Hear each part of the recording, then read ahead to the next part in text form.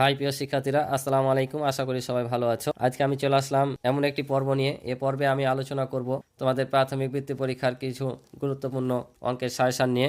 যারা বৃত্তি দিবা তারা অঙ্কগুলো অবশ্যই মনোযোগ দিয়ে দেখবা।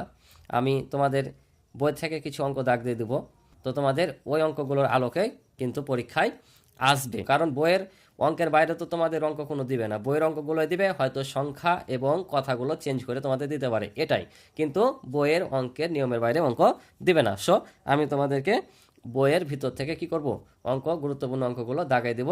তোমরা অঙ্কগুলো আমার সাথে সাথে তোমাদের বইয়ে দাগাই নিবা, ঠিক আছে? তো চলো, কোন কোন অঙ্কগুলো তোমাদের বৃত্তি পরীক্ষার জন্য ইম্পর্টেন্ট সেই অঙ্কগুলো আমি তোমাদেরকে দাগাই দিই। তো তোমাদের বৃত্তি পরীক্ষায় 4 প্রক্রিয়া সম্পর্কিত সমস্যাবলী থেকে একটি অঙ্ক আসবে, একটি করা লাগবে। তো আমি 4 প্রক্রিয়া সম্পর্কিত অধ্যায়, অর্থাৎ আমি তৃতীয় অধ্যায় থেকে প্রথমে তোমাদের অঙ্ক দাগিয়ে দিব। তো তৃতীয় অধ্যায় দেওয়ার আগে 4 প্রক্রিয়া সম্পর্কিত মানে কি, যোগ বিয়োগ গুণ ভাগ সম্বলিত সমস্যাগুলোকে বলছে কি 4 প্রক্রিয়া সম্পর্কিত সমস্যা বলি। তার মানে যোগ বিয়োগ গুণ ভাগ, তার মানে গুণ ভাগও পড়ছে, অর্থাৎ এখানে গুণের একটা অঙ্ক আছে তোমাদের। এই যে দেখতে পাচ্ছ যে 6 পৃষ্ঠায় একটা অঙ্ক আছে, গ্রামবাসী গ্রামের রাস্তা মেরামতের জন্য টাকা তোলার সিদ্ধান্ত নিলেন। গ্রামের 324টি পরিবার আছে, প্রত্যেক পরিবার 250 টাকা করে জমা দেয়, তাদের সর্বমোট কত টাকা হবে?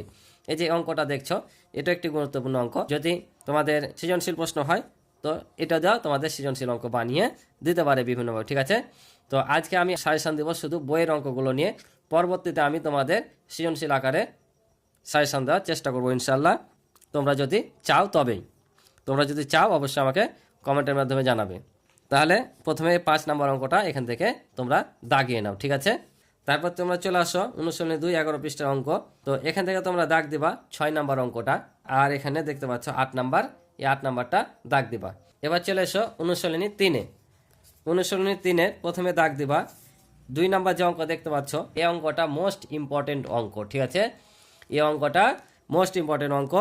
এই ধরনের অঙ্ক দিয়ে তোমাদের জাস্ট সংখ্যা চেঞ্জ করে দিতে পারে, অথবা এই কথাগুলো চেঞ্জ করে দিতে পারে। প্লেট বলেছে, গরু বলতে পারে, যেমন এখানে 2টা অঙ্ক আছে, এখানে প্লেট, গরু দিয়ে। তো এখানে 2 আর 5 নাম্বার একই রকম অঙ্ক, ঠিক আছে? তাহলে পৃষ্ঠা থেকে হলো 2 নাম্বার, 4 নাম্বার আর 5 নাম্বার। পরবর্তী পৃষ্ঠায় আসি আমরা।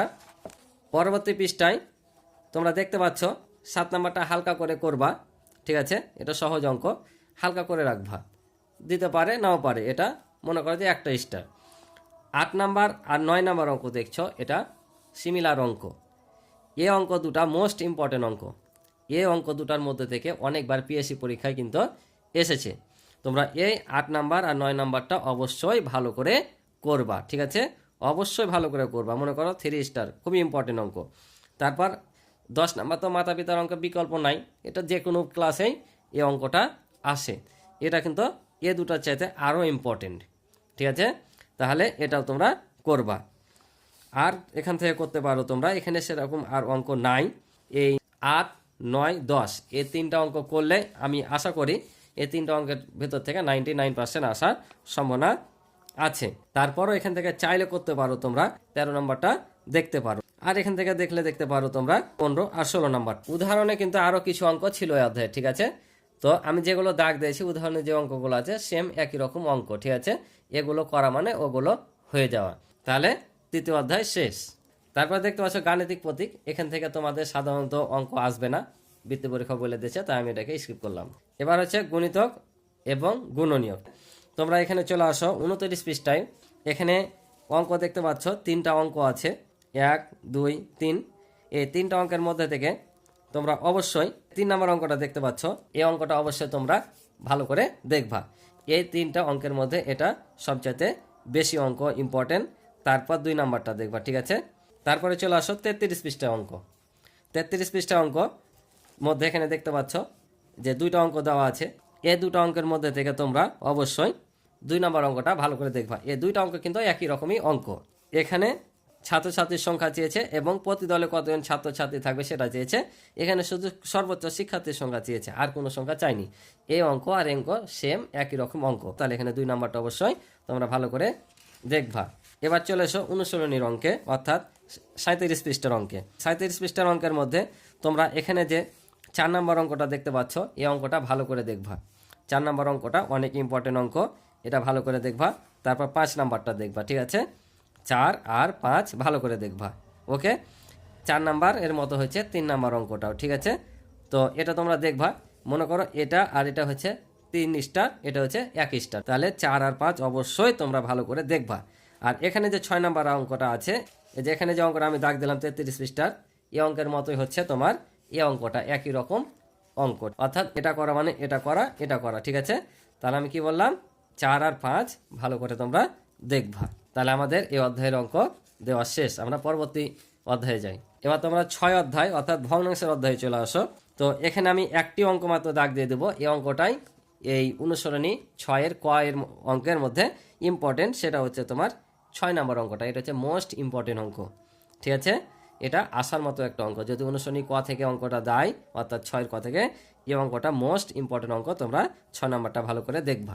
তারপর চলে আসো 61 পৃষ্ঠায়, এখানে দুইটা অঙ্ক আছে, একটা হচ্ছে হাবিব সাহেবের তার সম্পত্তির এত অংশ নিজের জন্য রাখলেন, এই অঙ্কটা, আর একটা হচ্ছে যে একটি লাঠির অংশ। এই লাঠির অঙ্কটা কিন্তু মোস্ট ইম্পর্টেন্ট অঙ্ক, এটা কিন্তু অনেকবার দেখবা যে এটাও পিএসসি পরীক্ষায় এসছে। তোমরা এখান থেকে 4 নাম্বারটা করবা, এখান থেকে যে দেখতে পাচ্ছ 4 নাম্বার আছে, এই 4 নাম্বারও করবা, অর্থাৎ 2-4 নাম্বারই তোমরা এখান থেকে করবা। এই অঙ্কটা ইম্পর্টেন্ট, এখানে গাণিতিক প্রতীকের মাধ্যমে দেখিয়েছে, তোমরা গাণিতিক প্রতীকের মাধ্যমে অঙ্কটা করবা না, নর্মালি যেভাবে করা লাগে যোগ বিয়োগ করে সেভাবে করবা, অর্থাৎ এই 4 আর এই 4 দোনোটাই কিন্তু এখানে ইম্পর্টেন্ট অঙ্ক, ঠিক আছে? দুটাই পরীক্ষায় আসার মতো, বিগত পিএসসি পরীক্ষাগুলো কিন্তু এসছে, কিন্তু তার চাইতে তুলনামূলক যদি বেশি ইম্পর্টেন্টের কথা বলো তাহলে আমি 4 নাম্বারটাকে মার্ক করব, ঠিক আছে? 4 নাম্বারটা প্রথমে করবা বেশি বেশি করে, তারপর এই 4 নাম্বারটা করবা। পরবর্তী পৃষ্ঠায় চলে আসো।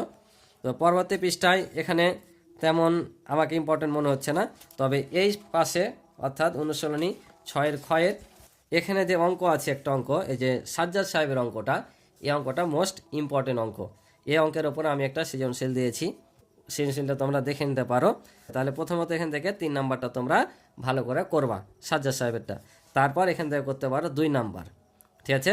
3 নাম্বারের পর 2 নাম্বার, এই দুইটা অঙ্ক এখানে তোমরা ভালো করে করবা।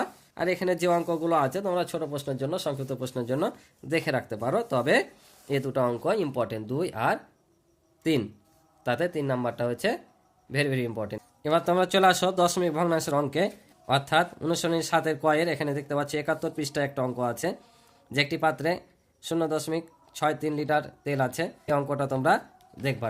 তারপর চলে আসো 77 পৃষ্ঠার, 77 পৃষ্ঠায় এই যে এখানে তোমরা দেখতে পাচ্ছ একজন শিক্ষক 75 জন শিক্ষার্থীকে প্রত্যেকে এত মিটার ফিরে দিলেন, সকল শিক্ষার্থী মোট কত দিলেন, অর্থাৎ 6 নাম্বারটা তোমরা এখানে দেখবা। আর এখানে হচ্ছে 8 নাম্বার অঙ্কটা, কি বললাম, 6 নাম্বার আর 8 নাম্বার, তার মধ্যে 8 নাম্বারটা বেশি ভালো করে দেখবা। তারপরে পরবর্তী পৃষ্ঠায় চলে আসো, অর্থাৎ 78 পৃষ্ঠায়। 78 পৃষ্ঠায় এখানে 2টি অঙ্ক আছে, তোমরা এখানে 15 নাম্বার অঙ্কটা বেশি ভালো করে করবা, ঠিক আছে? আর 16 নাম্বারটা একটু দেখে নিবা, 15 নাম্বারটা বেশি ভালো করে দেখবা। তারপর অনুসরণী ক্ষয়ে যাই আমরা, অর্থাৎ 7-এর খ, তোমাদের দশমিক ভগ্নাংশ অথবা সাধারণ ভগ্নাংশ থেকে একটা অঙ্ক থাকবে। তো সাধারণ ভগ্নাংশটা ইম্পর্টেন্ট বেশি, ওখান থেকে আসার সম্ভাবনা আছে, তারপরে তোমরা দেখা যাবা, অধ্যায় থেকে দেয় না দেয় সেটা তাদের ইচ্ছা, তাই 2 অধ্যায় থেকে অঙ্ক দেখে যাবা। তো তোমরা চলে আসো অনুশীলনী 7-এর ক্ষয়ে, অর্থাৎ 87 পৃষ্ঠায়। 87 পৃষ্ঠার এখানে যে অঙ্কটা তোমরা বেশি ভালো করে করবা সেটা হচ্ছে 7 নাম্বার অঙ্কটা। 7 নাম্বারটা মোস্ট ইম্পর্টেন্ট, যদি দশমিক ভগ্নাংশ থেকে অঙ্ক দেয় তাহলে তোমার 7 নাম্বারটা আসার সম্ভাবনা 99%, ঠিক আছে? তাহলে তোমরা অবশ্যই 7 নাম্বার অঙ্কটা ভালো করে দেখবা, তারপরে তোমরা বাকি অঙ্কগুলো একটু হালকা করে দেখতে পারো, কিন্তু এটা তোমরা অবশ্যই গুরুত্ব সহকারে দেখে যাবা। আর 5 নাম্বারটা দেখতে পারো, ঠিক আছে? আর এটা তো সহজ, দৈর্ঘ্যপ্রস্থ ক্ষেত্রফল তোমরা নির্ণয় জানো, আয়তক্ষেত্রের ক্ষেত্রফল গুণ করে দিলে যাবে। তাহলে কি বললাম, 7 নাম্বারটা ইম্পর্টেন্ট, তারপর 5 নাম্বারটা দেখতে পারো। তারপরে পরের পৃষ্ঠায় চলে আসো, 88 পৃষ্ঠায়।